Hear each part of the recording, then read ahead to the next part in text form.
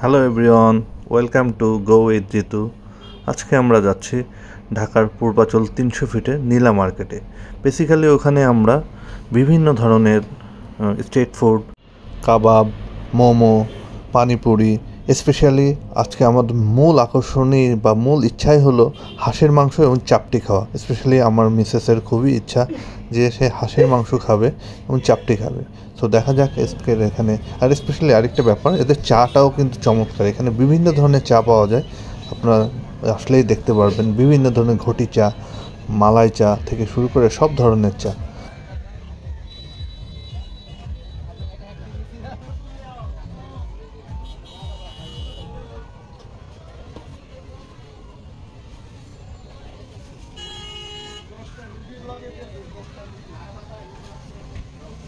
নীলা market মূলত ঢাকার পূর্বাচল নতুন শহরের 1 নম্বর সেক্টরের ভোলানাথপুরে অবস্থিত একটি বাজার। এটি পূর্বাচল এক্সপ্রেসওয়ে থেকে প্রবেশযোগ্য, যেখানে ঢাকা থেকে যেতে বালু সেতু পার হতে হয়। 2013 সালে স্থানীয় রূপগঞ্জ উপজেলা আওয়ামী লীগের রাজনীতিবিদ ফেরদৌসী আলম নীলা স্টেডিয়ামের প্রস্তাবিত জায়গায় আওয়ামী লীগের একটি ক্লাব নির্মাণ করে। পরে এটিকে ঘিরে একটি বাজার গড়ে ওঠে এবং তার নামে বাজারটির নামকরণ করা হয় নীলা মার্কেট বা নীলা বাজার। 2019 সালের এক প্রতিবেদন অনুযায়ী সরকার এটিকে 40 বারেরও বেশি ভেঙে ফেললেও এটি বারবারই পুনর্নির্মাণ হয়।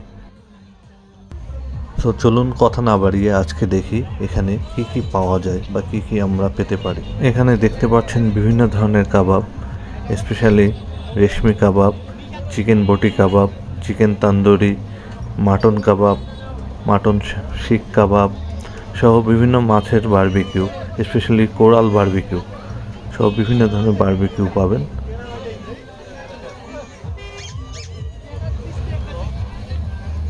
এখানে একটি কোরাল বারবিকিউ করছে, পাশে আছে রেশমি কাবাব, চিকেন রেশমি কাবাব।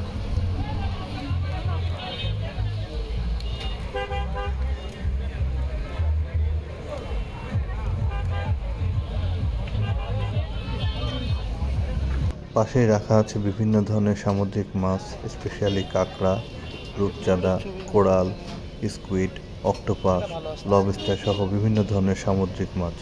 এখানে আসলে আপনারা অনেকটাই কক্সবাজারের ফিল পাবেন। ঢাকার ভিতরে যেন এক মিনি কক্সবাজার। দেখুন বিভিন্ন ধরনের মাছ সহ মাছের কাবাব এখানে সাজানো আছে।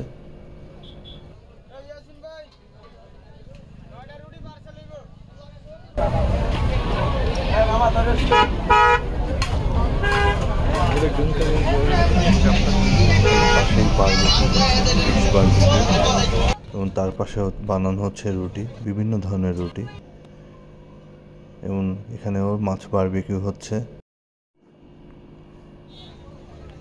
অবশেষে চলে আসলাম আমরা আমাদের সেই বহুল প্রতীক্ষিত হাঁসের মাংস এবং আটার চাপটি খাওয়ার জন্য। এখন আমরা আসছি একটি দোকানে, যেখানে গরম গরম চাপটি বানানো হচ্ছে এবং পাশাপাশি গরম গরম হাঁসের মাংস রান্না হচ্ছে। দেখুন এখানে কি কত সুন্দর করে আটার চাপটি বানানো হচ্ছে। ও আরেকটি বিষয় এখানে বলে রাখা ভালো, এখানে কিন্তু মাটির চুলোয় রান্না করা হয় এবং কাঠের লাকড়িতে রান্না হয়। তো খুবই দারুণ হবে, বোঝাই যাচ্ছে। যাই ভেতরে, আমরা অর্ডার করেছি হাঁসের মাংস এবং চাপটি। এখানে হাঁসের মাংস আমাদের জন্য পরিবেশন করছে, খুবই দারুণ। 4 থেকে 5 টুকরা হাঁসের মাংস দেয় সাধারণত এরা। দাম খুব আহামরি না, অনলি 250 টাকা রাখছে এবং পাশাপাশি চাপটি পার পিস 10 টাকা করে। তো খুবই রিজনেবল প্রাইসে হাঁসের মাংস এবং চাপটি খাচ্ছি আমরা, এবং খেতে কিন্তু বেশ দারুণ লাগছে। নর্মালি আমরা হাঁসের মাংস খেয়েছি, কিন্তু এখানকার হাঁসের মাংস একটু তুলনামূলক বেশি স্পাইসি এবং একটু ডিফারেন্ট ফ্লেভার আছে, যেটা সাধারণত আমরা বাসায় বা অন্য কোথাও খেলে পাই না। তো খুবই টেস্টি হাঁসের মাংস।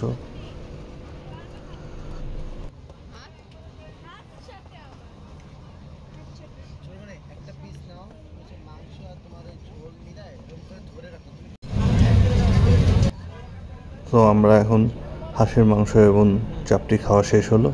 খাওয়া শেষে আমরা একটি পানিপুরি দোকানে আসলাম, পানিপুরি অর্ডার করব আমরা, এবং পাশাপাশি আমরা চায়ের অর্ডার করব।